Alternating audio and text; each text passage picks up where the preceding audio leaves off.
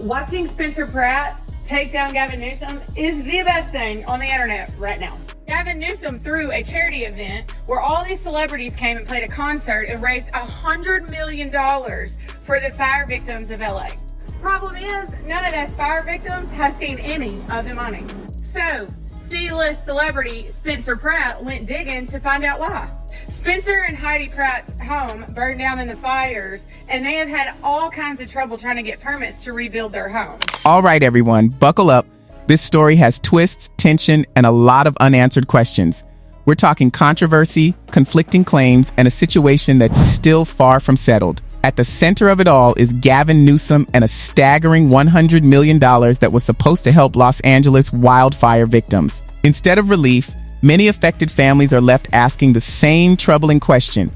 Oh, dirty Gavin Newsom, I caught you. So a couple days ago, I had posted about a congressman calling for the investigation of where the fire aid money had gone to. There was a fundraiser that was created and over $100 million was raised towards direct relief to the fire victims in LA. This letter was sent to Pam Bondi to ask for the investigation of where the funds went. People like Spencer Pratt, this guy has been very loud about the fact that none of the fire victims, including him and his wife, have received any funds. And he came out with a video calling out the fact that it's been discussed. Where did the money go? Watching it unfold feels less like public service and more like a messy drama playing out in real time. Enter Spencer Pratt. Refusing to let the issue fade away, he stepped into the role of investigator, determined to track what happened. Along the way, he uncovered connections that raised eyebrows, including links to nonprofit organizations tied to Newsom's wife. Hard to believe, right? These claims quickly caught fire online, setting social media buzzing.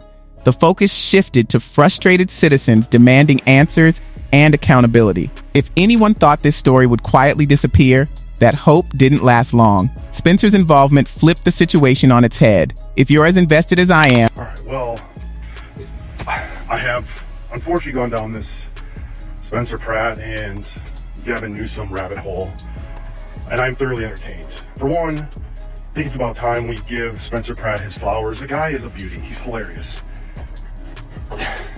I personally get a kick out of him, probably more than other people, because I have a very similar sense of humor to him.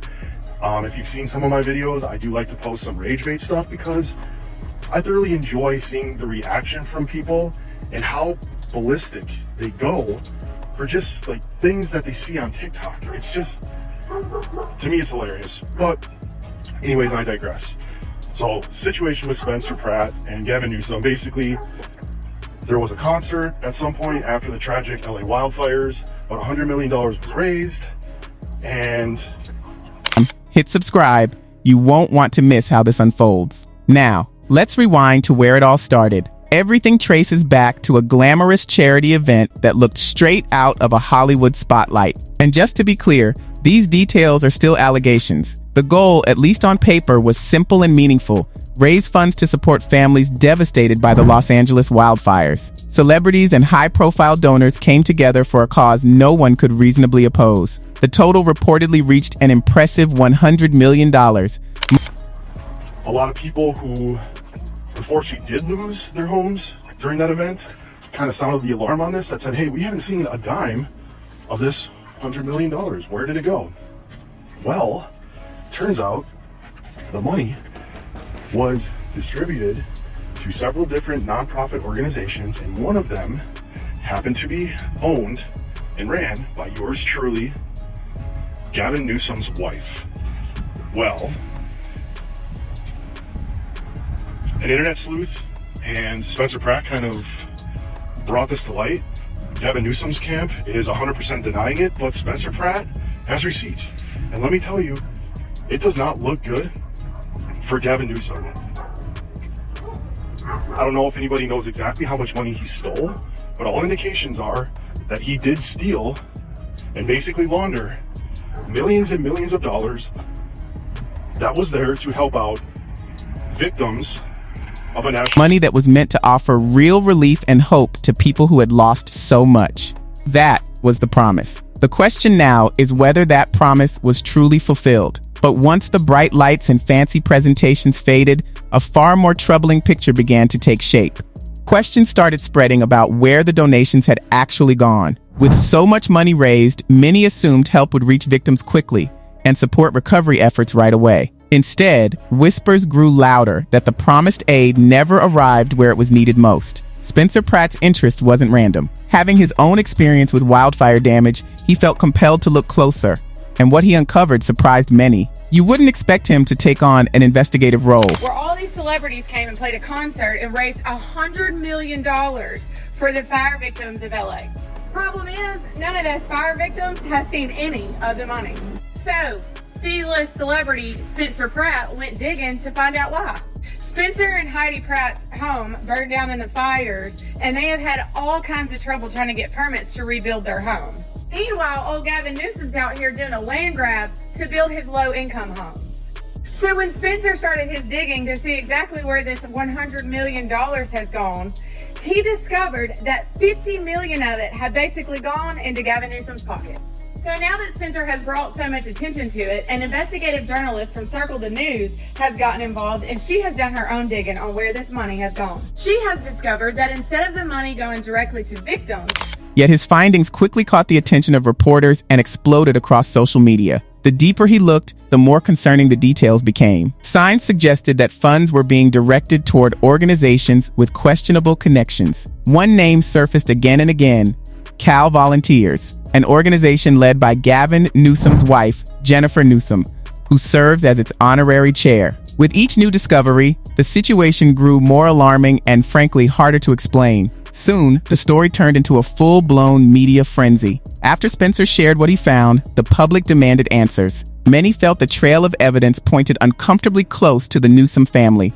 fueling widespread frustration. Online conversations intensified. That the money is going to several nonprofits. Some of these nonprofits are actually using the money to help victims and going to their nonprofits to provide things for victims, but many of those have zero ties to victims whatsoever.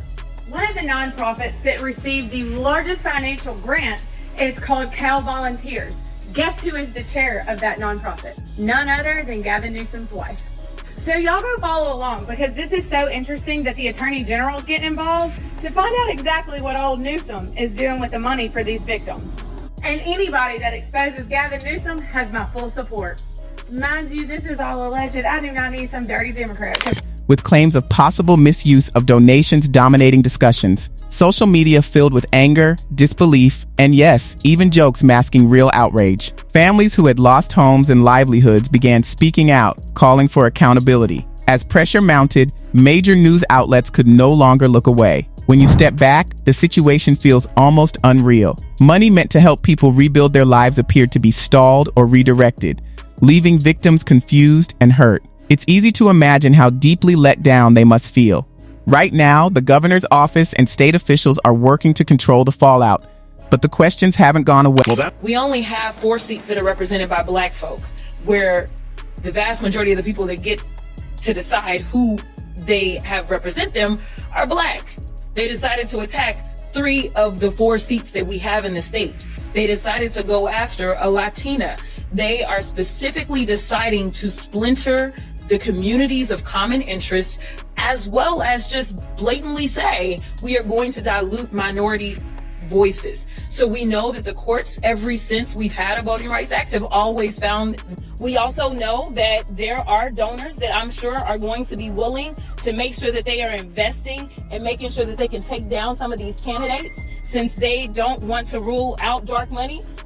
I'm sure some dark money gonna pour in on the behalf of the American people. So what I am saying is every tactic, as well as making sure and neither has the public's demand for clear answers. Spencer's claims didn't just stir debate, they set off alarm bells. With every new detail he shared, pressure mounted on officials to respond quickly and decisively. What made the situation even more troubling was the bigger question it exposed: how secure are donations collected at massive fundraising events? Do those funds actually reach the people they're meant to help? These concerns have pushed many people to rethink which organizations they trust and support. The issue intensified further with the alleged involvement of Jennifer Newsom. When the governor is linked to the leadership of a charity connected to disaster relief, public scrutiny is unavoidable. On its own, a charity dispute might not raise many eyebrows. I just don't take anything at a surface level on social media. I decided to go to the Fire Aid website, where it does display that a total of 75 million has been given out of the 100 million. And I clicked on round 2. It starts off with this one where it talks about how $700,000 was given for critical information for fire victims.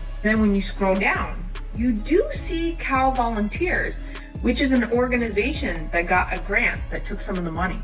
I need you to pay attention to the one beneath it that says Center for Nonprofit Management. Remember that. This story started gaining more traction and more coverage started hitting this because you go to Cal Volunteer and you check out the commission. Guess who is the honorary chair? That's right, Jennifer Newsom. Guys, Gavin Newsom's wife. She is the honorary chairman of Cal Volunteer. But when political families enter the picture, perception matters just as much as proof. That connection alone has made the situation feel far more serious. Now, there's a growing sense of urgency. People want to know whether the money will be fully accounted for and what this could mean for how charities operate during future crises. Speculation is everywhere.